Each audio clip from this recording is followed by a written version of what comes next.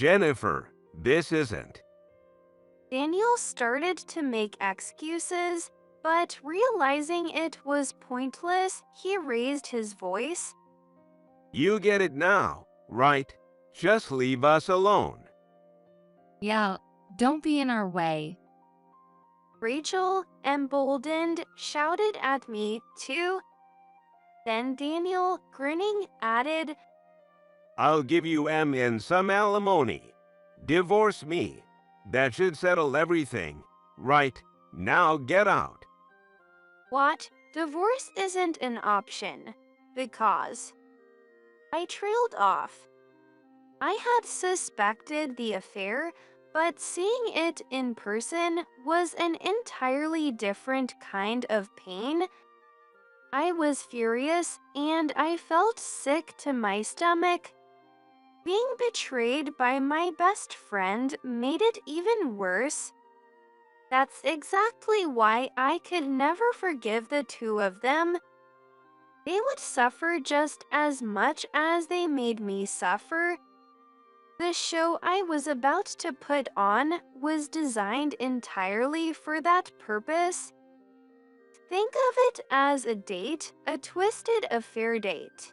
Let's make it as fun as possible. We've got plenty of time, so they'll enjoy it slowly. I reached into my bag. My name is Jennifer, and I'm 34 years old. I work for a cosmetics sales company. However, since I started the company with my best friend, Rachel, I guess you could say I'm in more of a management position. By the way, in my personal life, I married my husband, Daniel, about 5 years ago after meeting him at work. Since then, we've been blessed with a daughter, Emma, and everything in both my personal and professional life has been going great. But there's one thing that worries me. It's my relationship with Daniel. Lately, Daniel's been acting suspiciously. I often wonder if he's cheating on me. I can't just ignore it. But the thought of taking action and finding evidence of his infidelity terrifies me, so I haven't done anything. Of course, I know I can't just leave things like this. The old me would have probably hesitated. In fact, back then, I used to put up with unpleasant things and withdrawing to my own shell. But then, something changed for me. It happened when I was in middle school. My father passed away early due to illness, and I had lived with my mother alone since I was a child. In other words, we were a single-parent household. Needless to say, I wasn't ashamed of it. But when my classmates found out I was from a single-parent family, they teased me about it. That was when I was in middle school. I held back my tears and ran out of the classroom. I just need to endure it. Middle school will be over soon anyway. But after I ran out, someone stood up for me in my place. That person was my classmate, Rachel. Rachel apparently said in front of everyone, So what if she's from a single-parent family? Jennifer's a great person. Don't make fun of my hard-working best friend. Sure, Rachel was a good friend, but I didn't think we were close enough to call each other best friends. First of all, I wasn't very good at getting close to people. When relationships deepen, you end up hearing about people's personal lives. Things like their relationship with their father and such. That kind of stuff made me uncomfortable. It wasn't because I was lonely. It was more that I felt an uncomfortable jealousy when people could talk about their fathers, whether the relationship was good or bad. I hated that feeling so much. So, in my mind, Rachel was just one of my friends. Nothing more, nothing less. But Rachel saw me as her best friend. When another classmate came to get me and told me what happened, I cried again, but for a different reason. From that moment on, I decided to face Rachel seriously. It's hard for me to call you my best friend right away, but someday I want to be able to. Rachel listened to my confession with sincerity. I understand how you feel, Jennifer. But is it okay if I call you my best friend anyway? Yeah. Great. Then you're my best friend, Jennifer. It's settled. Rachel smiled warmly. I felt something warm inside me, too.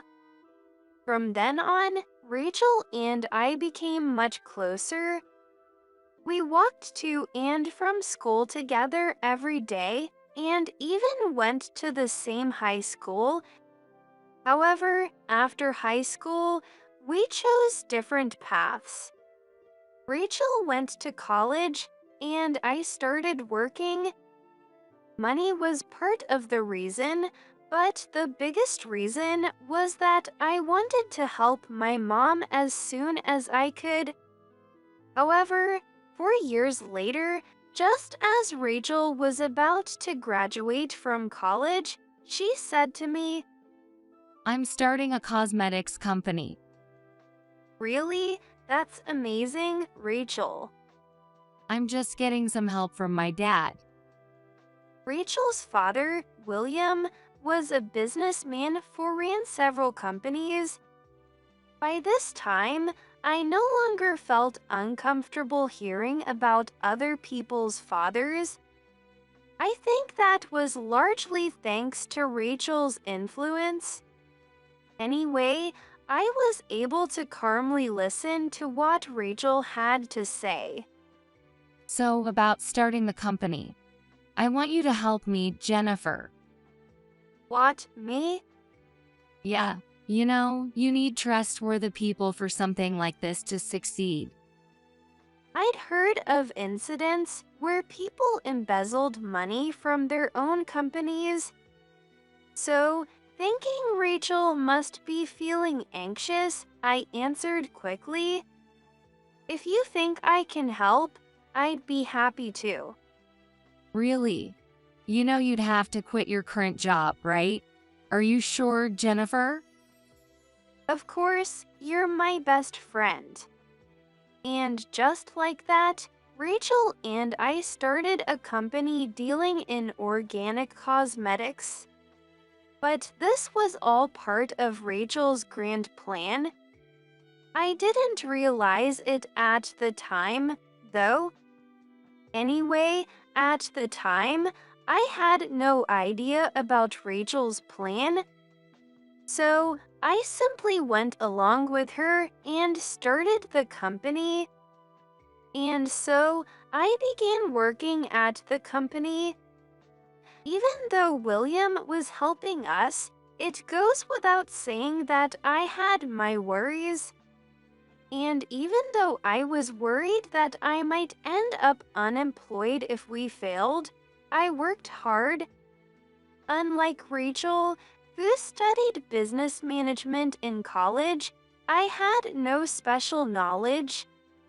That's why I just followed her lead and did what she told me to do. If she said to go on a business trip, I went. If she said to negotiate, I would plead my case as best as I could. After a few years of this, our company grew beyond what we had imagined. We opened a store in a major shopping mall in town and began selling through large online retailers. Business was going great, and both Rachel and I were over the moon. Then one day, Rachel asked me to check on our retail store. It was there that I met Daniel, who worked for the company that managed the shopping mall. At first, we were just talking business, of course. But then, at the end, Daniel said to me, If you don't have a boyfriend or anyone special, would you like to go watch a movie with me sometime? "What, with me?" I'm pretty sure I sounded completely caught off guard. That's how surprised I was. At the time, I was in my late 20s, but I had little experience with relationships. That's why, when Daniel said something like that, I was completely bewildered. Did I make you uncomfortable? No, well, I didn't even know how to respond, so I just stood there awkwardly. Meanwhile, Daniel kept smiling and continued talking. You can take your time answering. Oh, by the way, let's exchange contact info. What? Oh, right. I hurriedly pulled out my phone and we exchanged numbers. Okay then, I'm looking forward to hearing from you. Daniel said with a smile, leaving me completely dazed. I don't even remember how I got back to the office. The next thing I knew, I was sitting at my desk. What's up, Jennifer? Well, actually, someone I met for work asked me out. That's great news. Rachel grinned. My face turned bright red as I asked, "What do you mean?" Well, my best friend finally found romance. Of course, I'm happy for you. Hearing Rachel say that, I finally realized that this is how people meet and eventually get married. With Rachel's encouragement, I was able to go to the movies with Daniel.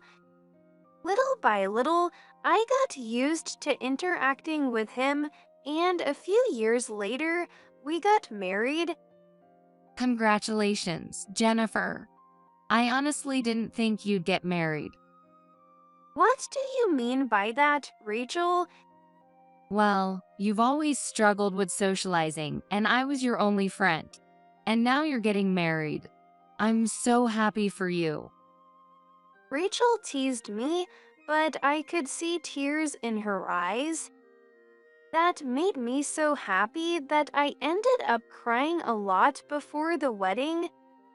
However, my married life turned out to be a bit different from what I had imagined. I'm working today. What? But it's Sunday. Yeah, sorry about that. Daniel grabbed his bag and headed for the door. I followed him and asked, "I have a business trip next week. Will you be okay on your own?" I'll figure out meals and everything else. Don't worry. Daniel answered casually, but I couldn't shake my concern. Since getting married, Daniel had hardly done any housework. He used to handle things well enough when he lived alone. But after we got married, he started leaving everything to me. I was doing everything, cooking, cleaning, all of it. While I didn't exactly hate it, I couldn't help but feel like I was being taken advantage of. So I tried saying, "Okay, then I'll leave the housework to you while I'm on my trip." Sure, I'll take care of it. Daniel said as he quickly left. Was he serious about that? I found myself thinking about it as I started on the housework. Contrary to my worries, Daniel handled the housework perfectly. Not only did he take care of cleaning and laundry, but he also prepared meals for me. Did you make this, Daniel? I used a meal kit. Looking toward where he pointed, I saw the meal kit packaging in the trash.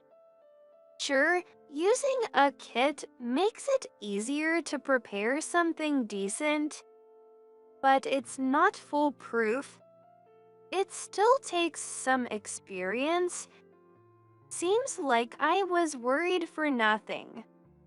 What was that? Oh, nothing. Why don't we eat now? The meal Daniel made was more delicious than anything I had ever tasted. Although I had my concerns, I couldn't deny how happy I was as I went about my daily life. Then, even more happiness came my way. I'm pregnant. It's a girl. Really? That's amazing. Thank you. Looking back, that was probably the happiest moment of my life. Because after that, all I felt was uncertainty. I took a break from work during my pregnancy, but after our daughter, Emma, was born, I went back to work. By the time Emma turned 3, I had fully resumed my career. As a result, I frequently had to leave for business trips. But I couldn't rely on Daniel to take care of Emma. Sorry, I'll be home late too. It's fine. I'll leave Emma with my mom during my trips. So, whenever I had to be away for a business trip, I would leave Emma with my mom. We managed our lives smoothly that way for a while until one day I had to work late and got home much later than usual. I need to pick up Emma. I rushed to her daycare. On the way, my phone rang. Hello? The number was unfamiliar, but I answered, thinking it might be one of the daycare teachers. However, a woman's voice came through the line. Is this Jennifer, Daniel's wife? Yes, who's calling? My name is Betty. I run a bar. The caller introduced herself as Betty, the owner of a bar. Apparently, Daniel had gotten drunk and passed out at her bar. She wanted me to come pick him up since she needed to close up the place. I'm sorry for the trouble. I'll be there right away. I quickly ended the call. I hurried to pick up Emma and then headed straight to the bar where I had received the call. It was about 10 minutes from our house. I'd passed by it before, but had never gone inside. According to Betty, Daniel was a regular there. Whenever I wasn't around, he'd been having his meals at that bar. I'm really sorry for the trouble. It's fine. He's a regular here, after all. Thank you. I really appreciate it. As I was about to leave the bar, Betty stopped me. Oh, wait a second, actually. Betty handed me something Daniel had left behind. Then she explained how Daniel had been acting at the bar. And that's how it went. It was a bit shocking to hear, but I composed myself and looked up. I see. Are you okay? I can give you a ride if you need. No, that's all right. Thank you for the offer, though. With a forced smile, I left the bar. The next morning, Daniel woke up and apologized. I'm sorry. I think I had too much to drink. Honestly, you really caused a scene. You even inconvenienced the bar. My bad. I'll stop by and apologize on the way back from work. Daniel said as he headed off to work.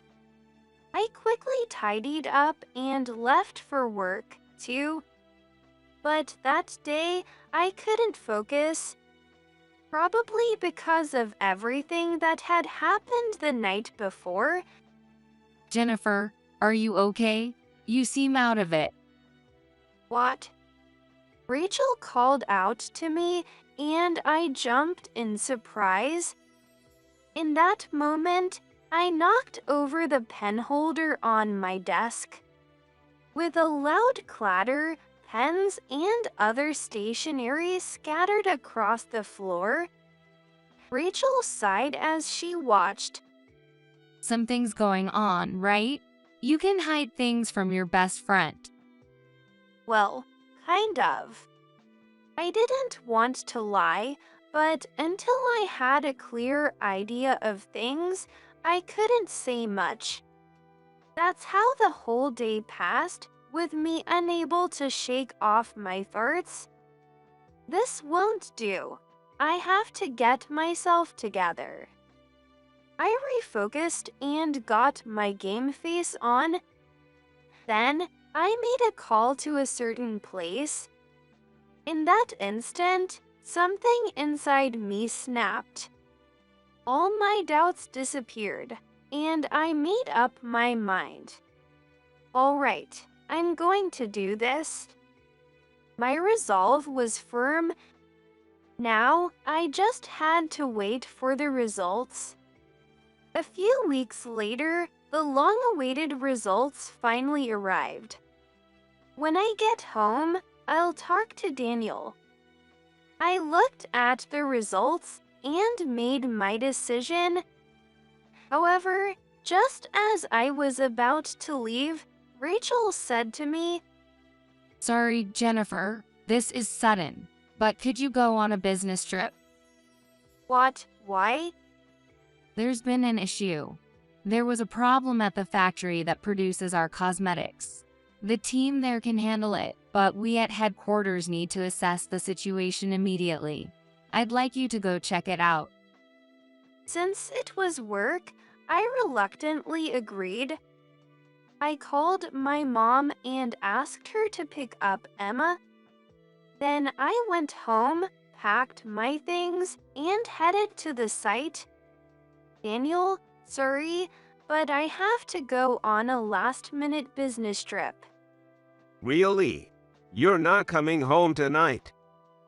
No, I don't know when I'll be back. I quickly told Daniel, then rushed to catch the train. The issue was resolved by early afternoon the next day. Rachel told me I could stay another night. Thanks. Okay, I'll stay another night.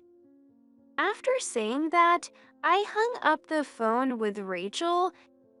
However, I immediately went ahead and checked out of the hotel. I got on the train and headed home. When I arrived, I quietly unlocked the front door. As I approached the bedroom, I could hear soft whispers between a man and a woman. I nearly covered my ears, but instead, I pressed the record button on my phone. I recorded their conversation for a while. When I heard the woman's voice moaning, I knew I had to act. I threw open the bedroom door. Then, I spoke to the two people inside. Sorry to interrupt what I'm sure is a fun little affair. The man and woman in the bed jumped up at the sound of my voice. It was Daniel and Rachel. Jennifer, why are you here? Weren't you supposed to stay another night? Their eyes were wide with shock.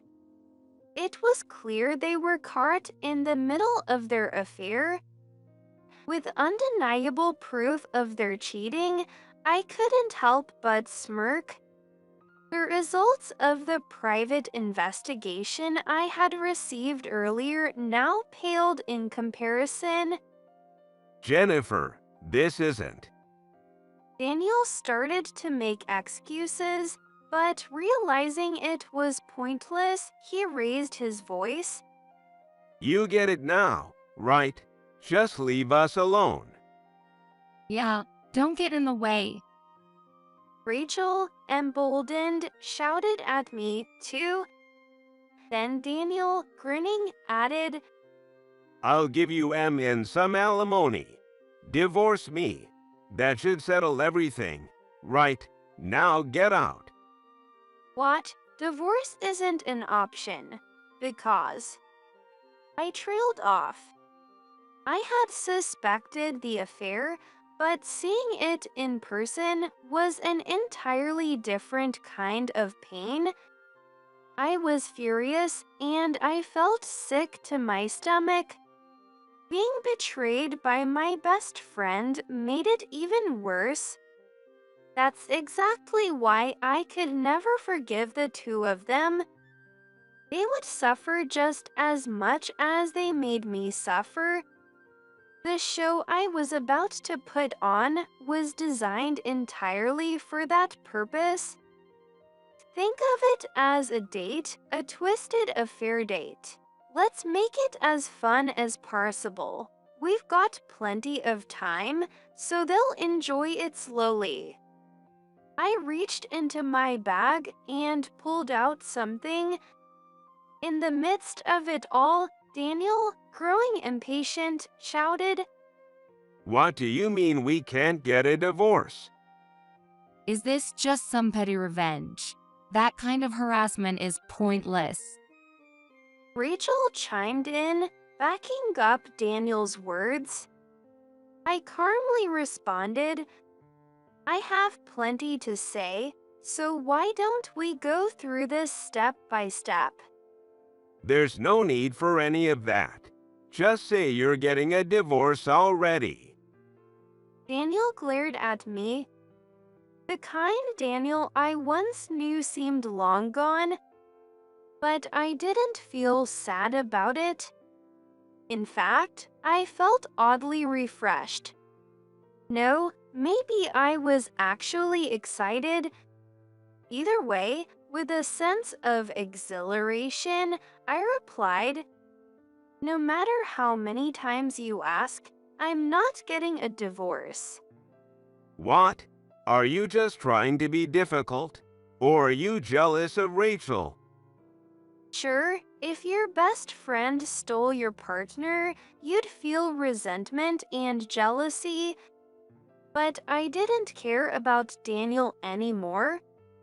My feelings for him had completely disappeared that day. I let out an exaggerated sigh. Then Daniel stepped closer, pushing the issue. Is it because you're still in love with me that you won't divorce me? What? Absolutely not. Then what is it? Answer me. Daniel smirked like he had won something. I looked away and said, well, because to get divorced, we'd have to be married, wouldn't we? What? That's right. I'm saying I would never want to marry you again. Daniel tilted his head, clearly confused. He didn't understand. What are you talking about? You really don't get it, do you? Divorce is something for people who are married. Of course it is. So, what are you saying? We're not even married anymore. We're already divorced. Daniel's eyes widened at my words. I glanced at Rachel, who was also staring in shock. I pulled a copy of the divorce papers from my bag and placed it in front of them. Let's go back a little in time. It was the day Daniel passed out at the bar. Betty told me a story about what happened. It was about how Daniel acted while he was drunk at the bar. Don't worry, I'll be divorcing Jennifer soon. After that, I'll marry you. Apparently, Daniel said this during a phone call while he was drunk. Betty overheard it. From what she could gather, Daniel had been handed divorce papers by his mistress. It seemed like he was being pressured to divorce me quickly. He was on the phone saying things like, "I'll make her sign the papers when I get home, and I'll be sure to bring them back." Even so, it sounded like his mistress wasn't satisfied. By the end, Daniel was getting pretty frustrated. Finally, Daniel told her over the phone, All right, I'll sign it right here. I'll send you a picture as proof, so check it. He then pulled the divorce papers out of his pocket and signed them on the spot. After that, he happily took a picture and sent it to his mistress. Then he passed out, and when I went to pick him up, Betty handed me the signed divorce papers. And that's how Betty explained to me the circumstances of how it all happened. So, since you seem to want a divorce, I signed the papers and submitted them. What? I don't remember any of that. Daniel clearly had no recollection of what happened, but that didn't matter. What? You signed the papers because you wanted a divorce, right? Not to mention you even promised some woman you'd marry her. I said some woman, but I knew exactly who she was. The private investigator's report had all the details. Putting that aside, I continued. So, I can't divorce you now. Oh, and I'll still be taking Emma and the alimony. I smiled, and Daniel suddenly slumped down in defeat. Daniel, are you okay? Rachel immediately moved to support Daniel, but Daniel pushed her away, covering his face with his right hand.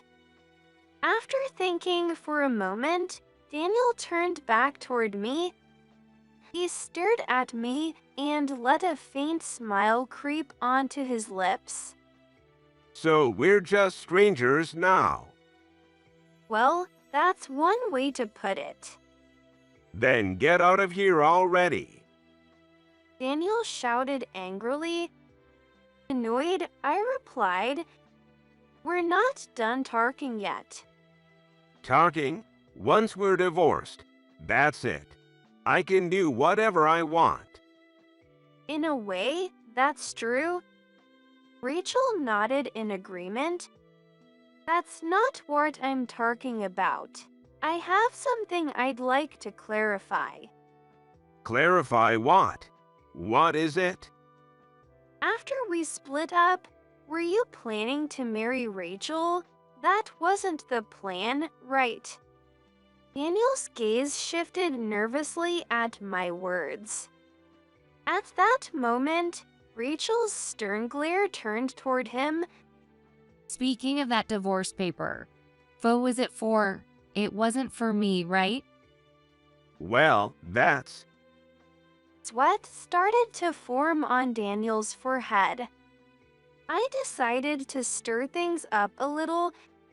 Sorry, did I say something unnecessary?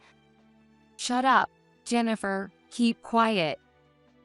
Rachel, don't you want to know who the other person is? As soon as I said that, Rachel's brow furrowed. She turned to me and asked, Do you know who it is? Of course I do. If you want to know, I'll gladly tell you.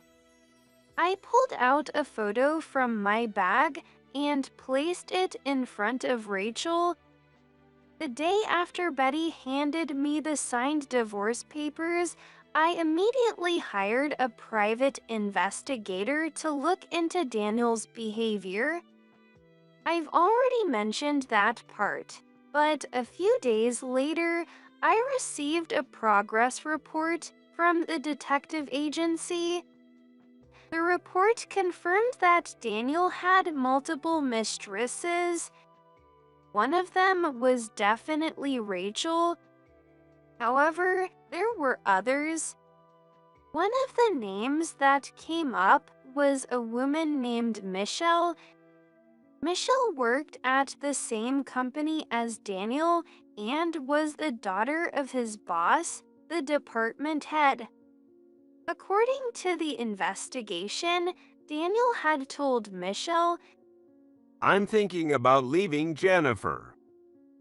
Really? So, would you go out with me?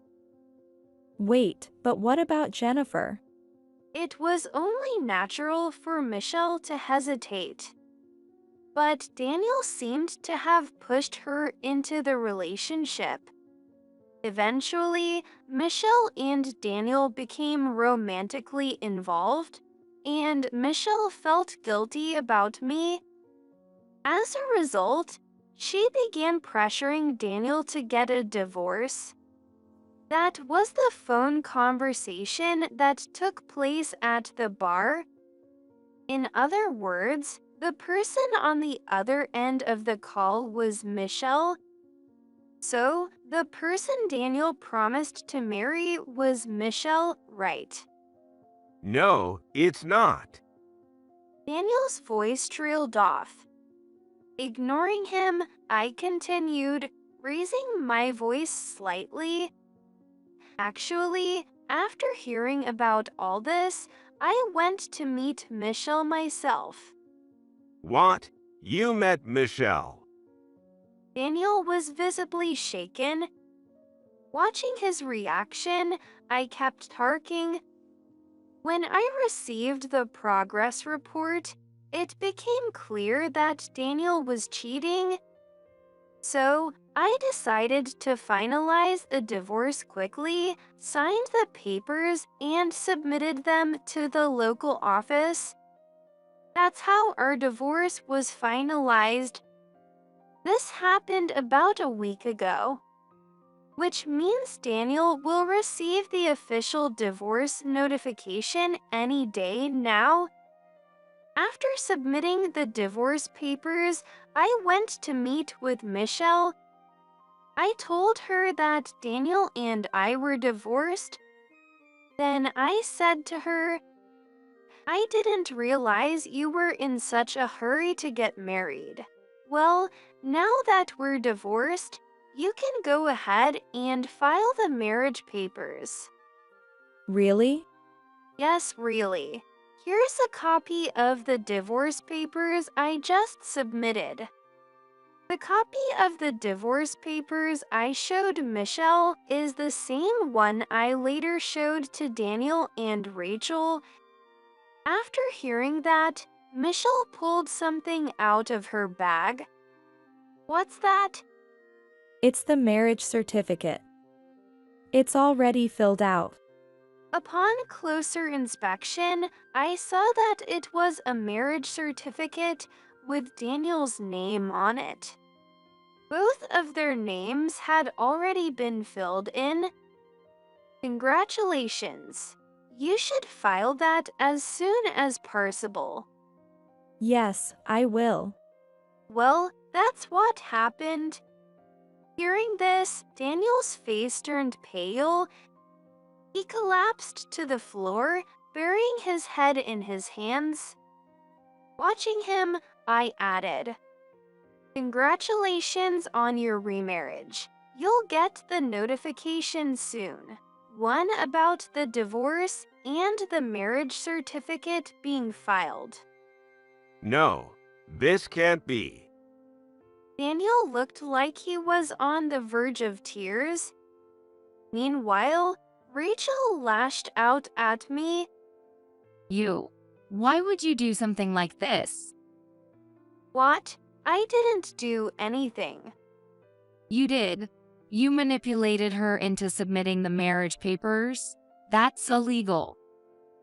Rachel's raised voice didn't faze me, and I calmly replied, "Sorry, but Daniel was the one who made the promise to marry. He's the one who filled out the marriage papers. How am I at fault?" You tricked him. "Weren't you listening? Daniel planned to divorce me so he could marry Michelle. Daniel had said that himself on the phone with Michelle, so I wasn't lying. Though whether Daniel actually intended to marry Michelle, I wasn't sure. In fact, I had a feeling it was all just convenient lies on his part. But because I knew that, I pushed Michelle to act and trap Daniel. Even if I were accused, I just repeat what I said earlier. I am not at fault. I would simply claim that I stepped aside out of concern for Michelle and Daniel. In the end, it would either be seen as Michelle jumping the gun or Daniel committing fraud. With a smile on my face, I looked at Daniel. "Since that's the case, I'll let Michelle know about your little affair." Wait.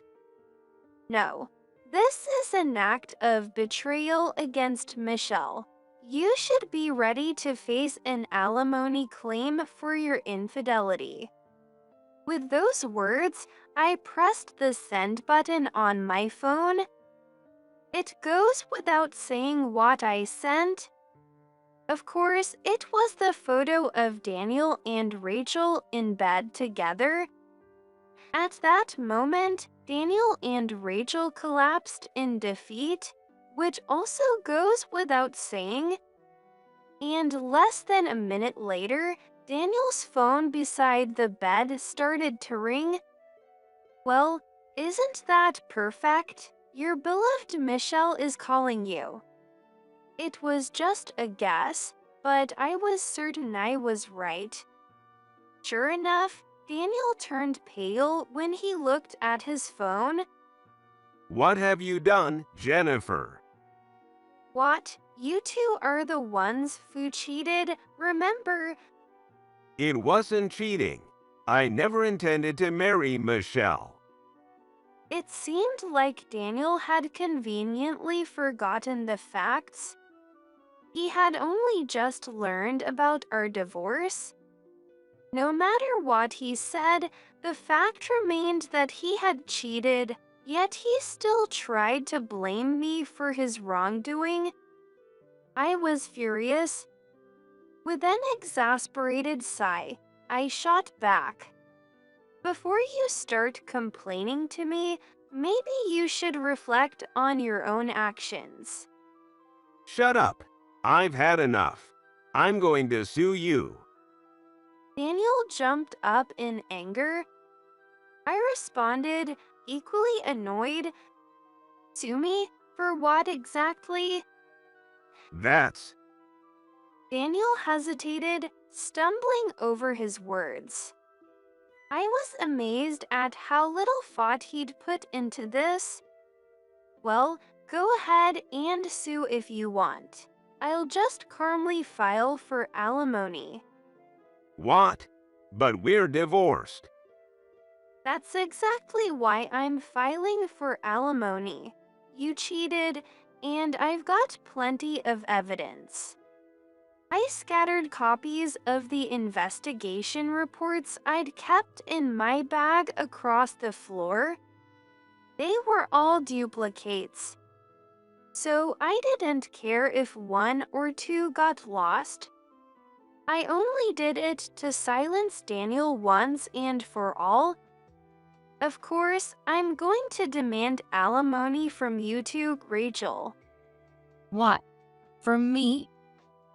Obviously, you're his affair partner. I stomped on one of the photos at my feet. It was a picture of Rachel and Daniel walking arm in arm. Don't mess with me. In that case, I'll fire you. And what reason do you have? I don't need a reason. I co-founded this company with my dad. Sure, that was true. But that was just the history of it. In reality, along with our business partner, William, who is Rachel's dad, both Rachel and I also serve as board members. So, to fire me, she would need the approval of the board of directors. Our company's board consists of 3 members: Rachel, myself, and William. At first glance, it seemed like I was at a disadvantage. Rachel must have thought the same, which is why she made such a bold statement. But witnessing this situation, how do you think a real businessman would judge things? Shall we ask William for his opinion then? I smoothly pulled out my phone. At that moment, Rachel turned pale. What are you going to do? You're going to fire me, right? For the dismissal of a board member, we need approval from the board, don't we? No, stop it. Rachel lunged for my phone. I held her off with one hand and made the call. William picked up almost immediately. Enduring Rachel's desperate attempts to stop me, I said, "Please come right away." At that moment, Rachel ended the call. She smiled triumphantly as if she had already won. He won't understand what's going on from just that. Nice try.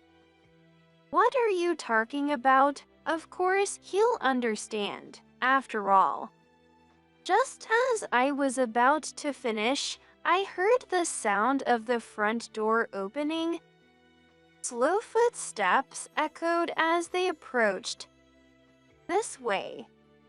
I called out loudly.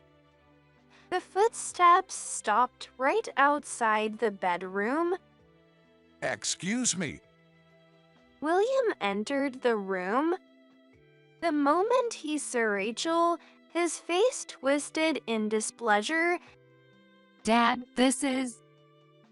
What are you doing, Rachel? I was just visiting Jennifer's house for fun. Rachel began stumbling over her excuses, but it was already too late. She was too rattled to realize why William had been able to come here. If she thought about it, the answer would be obvious. But Rachel was too panicked to process it. Her face was pale, and she desperately tried to explain herself, so I had no choice but to step in. "Rachel, why don't you calm down?" What? I am calm. "Then why don't you understand how this all happened?" At my question, Rachel's eyes darted around. With a deep sigh, I began to explain. This was just before I returned home. While on my way back, I contacted William. "Sorry to bother you. I know you're busy." No, it's all right. Is there a problem? Actually, Rachel has been having an affair with my husband. At that time, I informed William that Rachel and Daniel were having an affair. I also sent him the evidence of Daniel's infidelity that I had on my phone. Of course, I chose clear proof, like the photo of them walking arm in arm, and sent it to him. And now I'm heading back to my house. I was certain that Rachel would be there. The reason for that was simple. After finishing my work on the trip, I contacted Daniel's office to find out where he was. I learned that he had left work early. That meant Daniel was at home. Right after my call with Rachel, I contacted her office as well. It was confirmed that she wasn't there. With this information, there was only one conclusion. Sure, Daniel had multiple mistresses, but both Daniel and Rachel knew I wasn't home. It was easy for them to check my schedule, given that there was no way they wouldn't meet. That's why I decided to gamble on this scenario. They must be meeting somewhere. If they're trying to meet safely, where would it be? I thought about it and recalled the results of the private investigation. Among the findings, there was this. While I was on a business trip, Daniel had been having an affair at our house. That was one of the reasons I decided to submit the divorce papers. In short, if I wasn't home, they would likely meet there. I gambled on that assumption, and I won the gamble. That's why I had William come here. So, what if we hadn't been here? In that case, I would have looked at Rachel's house or searched around downtown, but I didn't answer. There was no need to. Don't ask pointless questions. Now, weren't you planning to fire me? Well, Say it clearly. If you think you've done nothing wrong. Raising my voice, Rachel collapsed to the floor. Next to me, William was apologizing to me.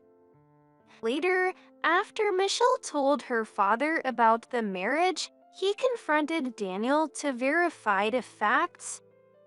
Daniel couldn't answer, but once Michelle showed him the copy of the divorce papers, it was settled. However, Michelle became worried after seeing the photo I sent of Rachel and Daniel in bed. On top of that, Daniel was still married at the time. And since Michelle's father knew Daniel was married, he pressured Daniel. On the other hand, Daniel apparently claimed that he married Michelle after divorcing me. But that wasn't the issue. What her father was concerned about was the fact that they had been involved while he was still married. In the end, confronted by her father, Daniel confessed to the affair. During that confrontation, Michelle's father noticed the investigation results I had sent to the company. He found out that Daniel had multiple mistresses. Moreover, this information was also shared with Michelle. Needless to say, both Michelle and her father were furious. Before Michelle's father even had a chance to convince her, Michelle herself demanded a divorce from Daniel. They reportedly divorced shortly after that. Now, they're in quite a dispute over alimony.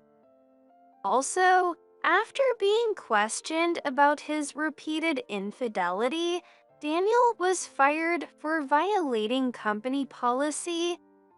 It seems he's now working part-time at a construction site late at night to pay alimony to both me and Michelle.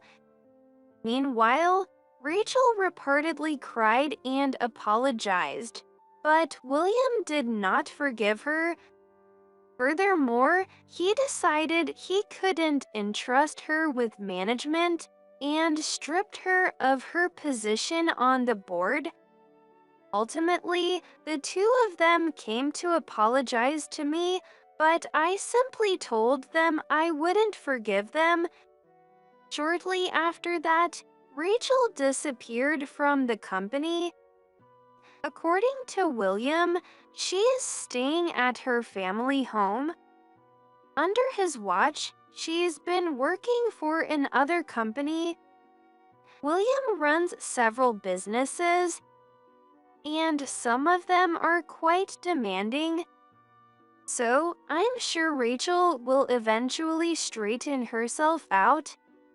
By the way, I'm currently serving as acting president in Rachel's place. I'm doing well now, but I was genuinely down for a while. What shocked me the most was what William told me. According to him, Rachel had been keeping an eye on me since middle school. She wanted to use me for her own benefit, pretending to stand up for me in front of others. By doing that, she made me believe we were best friends while pushing the more troublesome tasks onto me.